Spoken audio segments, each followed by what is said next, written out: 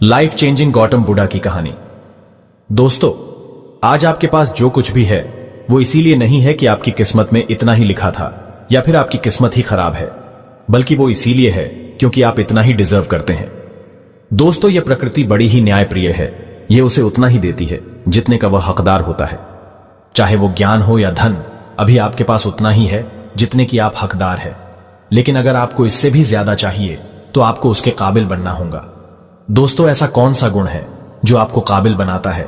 क्या आप उस गुण के बारे में जानना चाहते हैं? अगर आप जानना चाहते हैं तो आप गौतम बुद्ध के जीवन की इस कहानी को अंत तक ध्यान से जरूर से सुने। दोस्तों, इस कहानी को सिर्फ समझिएगा मत, बल्कि इस कहानी को अपने भीतर उतर जाने दीजिए। तो बिना समय को गंवाए चलिए कहानी की शुरुआत करते हैं। गौतम बुद्ध के जीवन की शिक्षाप्रद कहानी जो आपका जीवन बदल देंगी। दोस्तों, एक बार गौतम बुद्ध को एक सभा में भाषण करना था और जब सभा का समय हुआ तब बुद्ध वहां आए और बिना कुछ बोले ही वहां से चले गए।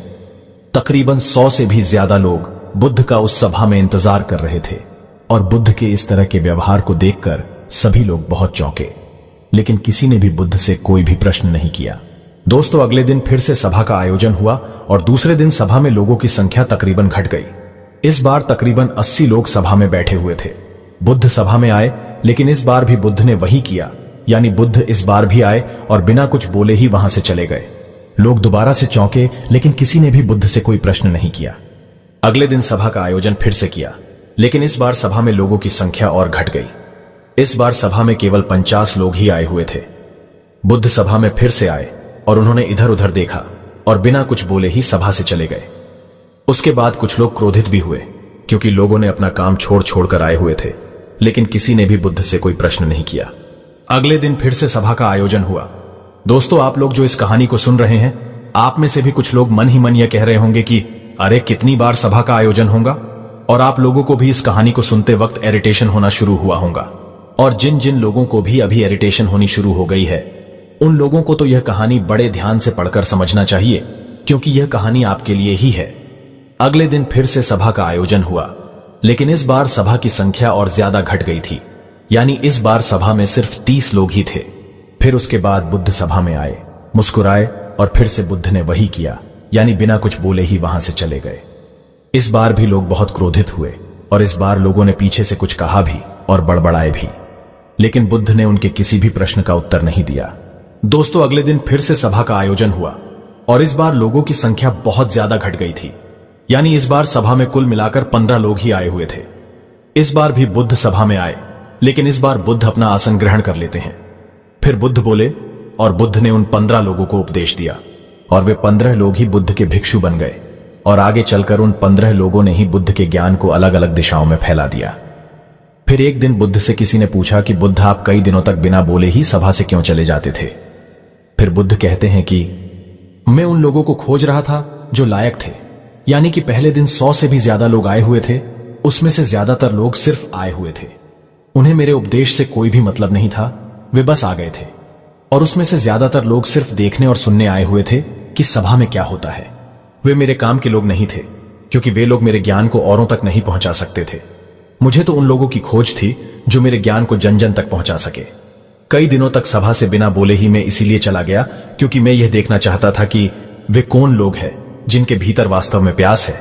जिन लोगों के भीतर में वास्तव में प्यास थी, वे लोग अंत तक जरूर रुके, और जो लोग बस ऐसे ही आ गए थे, वे लोग पहले या दूसरे दिन ही चले गए। जिनके भीतर धैर्य था, उन्हें मुक्ति का मार्ग भी मिला, और जो लोग जल्दबाजी में थे, वे लोग अब घर में बैठे हुए हैं। सवाल यह नहीं है कि मैं तुम्हें क्या दे सकता हूं, बल्कि सवाल यह है कि तुम क्या ले सकते हो। तुम्हारा पात्र कितना बड़ा है और कितने के तुम हकदार हो।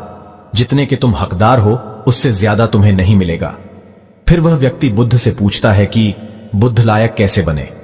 फिर बुद्ध कहते हैं कि धैर्य के द्वारा जिस व्यक्ति के अंदर धैर्य है, वह अपने जीवन में कुछ भी पा सकता है। सभा में जितने भी लोग आए हुए थे और उसमें से अंत तक वही रुके जिनके अंदर धैर्य था। चाहे तुम्हारे जीवन में तुम्हारा लक्ष्य जो कुछ भी हो, लेकिन तुम बिना धैर्य के सफलता के चरम तक नहीं पहुंच सकते। फिर वह व्यक्ति बुद्ध से पूछता है कि कोई व्यक्ति अपने भीतर के धैर्य को कैसे बढ़ाए? बुद्ध कहते हैं कि निरंतर अभ्यास के द्वारा हम अपने भीतर के धैर्य को बढ़ा सकते हैं। जैसे कोई व्यक्ति जब ध्यान करना शुरू कर देता है तो उसका मन उसके सामने कई सारे अड़चने लाता है, लेकिन उसका धैर्य उसे एक दिन उसके लक्ष्य तक जरूर पहुंचा देता है। फिर वह व्यक्ति बुद्ध से कहता है कि मैं समझ गया, बुद्ध में समझ गया, यानी मुझे धैर्य के साथ निरंतर अभ्यास करने की आवश्यकता है। दोस्तों, अब आपको समझ आ गया कि आपके पास वो क्यों नहीं है जो आप पाना चाहते हैं, क्योंकि आप उसके लायक नहीं हैं। आप लायक तभी बनेंगे जब आप अपने भीतर धैर्य को बढ़ाएंगे। और धैर्य कैसे बढ़ेगा? धैर्य बढ़ेगा निरंतर अभ्यास के द्वारा। और अभ्यास कौन करेगा? अभ्यास करेंगे आप, तो फिर करते क्यों नहीं? दोस्तों, खुद से ईमानदारी के साथ एक प्रश्न जरूर पूछिए कि जो आप भविष्य में बनना चाहते हैं उसके लिए क्या आप धैर्य के साथ कर्म कर रहे हैं? दोस्तों, अगर उसका उत्तर नहीं है तो अपनी असफलता के लिए जिम्मेदार आप खुद होंगे। दोस्तों, आज की यह गौतम बुद्ध की शिक्षाप्रद कहानी आपको पसंद आई होंगी तो नीचे कमेंट बॉक्स में यस जरूर लिखें।